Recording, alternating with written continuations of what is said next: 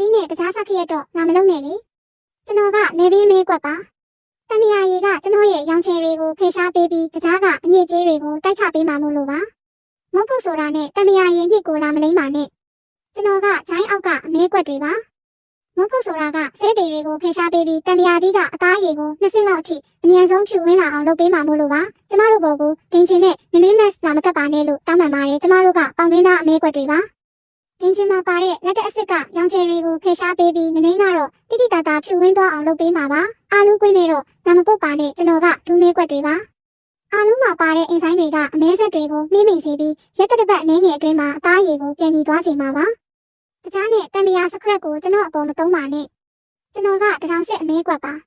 အဲ့ဒီအတွဲဆက်ကဆဲသေးတွေကိုဖေရှားပြီးဖြူဝင်းစေတာမို့တထောင်စစ်ကအသားရောင်နဲ့တသားလေးဖြစ်သွားမှာပါနွေးနဲ့နှိုးနှစ်ကိုကျမတို့အပေါ်လာမလိမ့်ပါနဲ့